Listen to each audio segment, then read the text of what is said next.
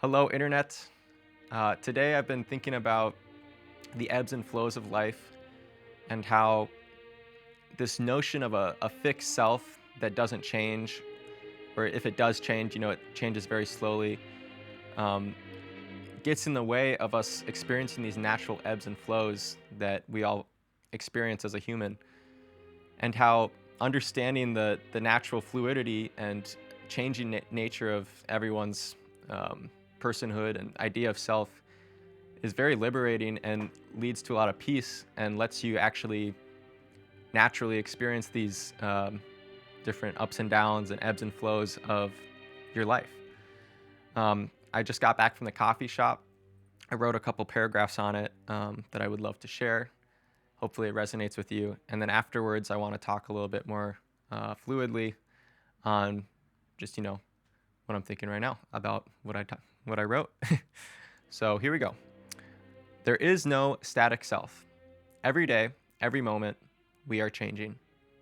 The only constant and only thing we can ever know for sure in life is that something is happening. You are conscious right now. That is undeniable. Everything else that we perceive is in constant flux and undeniably skewed by our perception. Our culture does not align with this notion. Collectively, we base our life on expanding and refining the idea of self, furthering our careers, furthering our mind, furthering our bodies. We reaffirm these thoughts and schemas of what we are until we truly believe we are these things. Letting go of this notion of a fixed self gives you permission to experience peace. In this space, there is no expectation, just observation of what you are perceiving. So that's what I wrote. And yeah, I wanted to tie this into just the natural ebbs and flows of everyday life. I'm very fortunate. I'm a freelancer. I set my own hours. And this past month, I went home for Christmas and then was very fortunate to go to Mexico on holiday. And it was so... at some points I would fight it. I was like, I need to be working right now, and I would work if I really felt like it. But I really took this time to reset, and now I'm coming back more excited than ever just to be living my everyday life. And I think that's great. And obviously, I'm very privileged to have this position, and not everyone has the opportunity or resources or time to go on trips like this. But that's not the point of this video. The point is that if I tied my idea of what Isaac is, and these notions I have of what I should be doing and what Isaac would be doing on vacation or out of vacation, it I think would hinder my experience and get in the way of whatever I was feeling on this trip and in everyday life. I think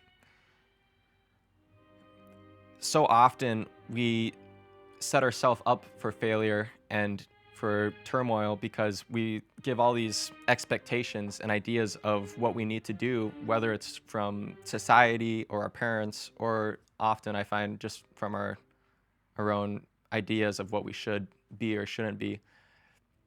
And, it's so, I mean, if you really think about it, it's so obviously not what is actually going on right now in the present moment. Like right now, all those notions of and ideas of me, they exist and they influence my behavior right now, but that's not what is actually going on right now. Right now, I'm just aware of this present moment. And I feel like I'm starting to realize how silly that is and how much it's holding me back.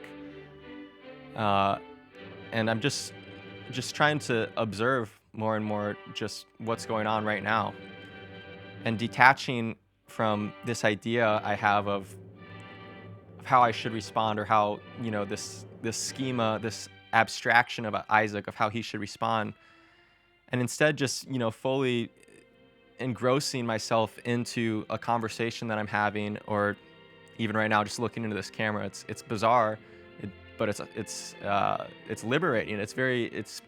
I would say peaceful to not be held down to this idea of what you should or shouldn't be.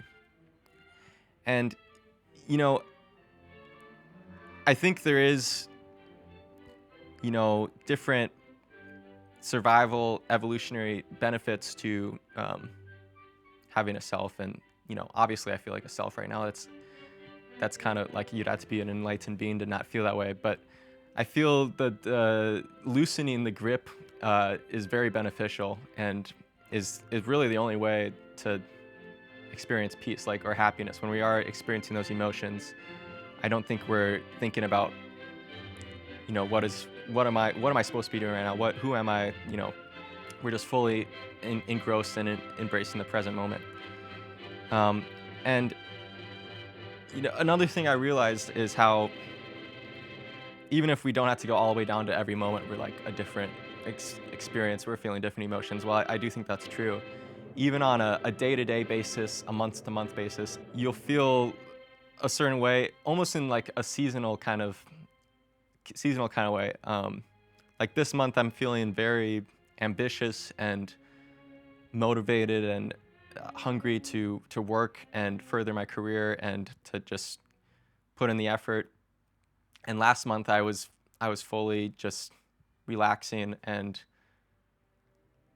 I feel like if I in those moments, like right now, if I had this idea that oh no, every day I need to do this ritual, I need to do this thing to ground me and to relax me. I feel like that would be getting in the way of my true self, of wanting to work hard right now. Or previously in the last month, if I put myself in a box and was like, Isaac, you are a hard worker, you do the work every day, you exercise every day. I think that would hinder my experience of this past month. And so I guess this video is just kind of a call to listening more on your intuitive self on the inside, and to let go of notions of what you are and who you are, and realizing that it's kind of an illusion, and it's probably holding you back in life. At least it has for me. And I've seen like videos of Tony Robinson and like self-help motivated speakers that talk about how important the idea of yourself is, and how so many negative behavior is rooted in believing you are incompetent, or believing you deserve to suffer, and you need to change your mindset to believing you're a ray of light or whatever. And I'm sure that's very helpful. And yeah, I mean, that makes sense why that would be helpful. But if you're seeking truth, which I am, I think that is also an illusion. It's kind of manufacturing an identity that doesn't exist in the first place. So yeah, yeah, I've just been chewing on that for a little bit, and it honestly, I feel like it's brought me a lot. The thing is, the truth, or at least I don't know if it's the truth, but this idea, I feel like that is the truth from what I've perceived so far.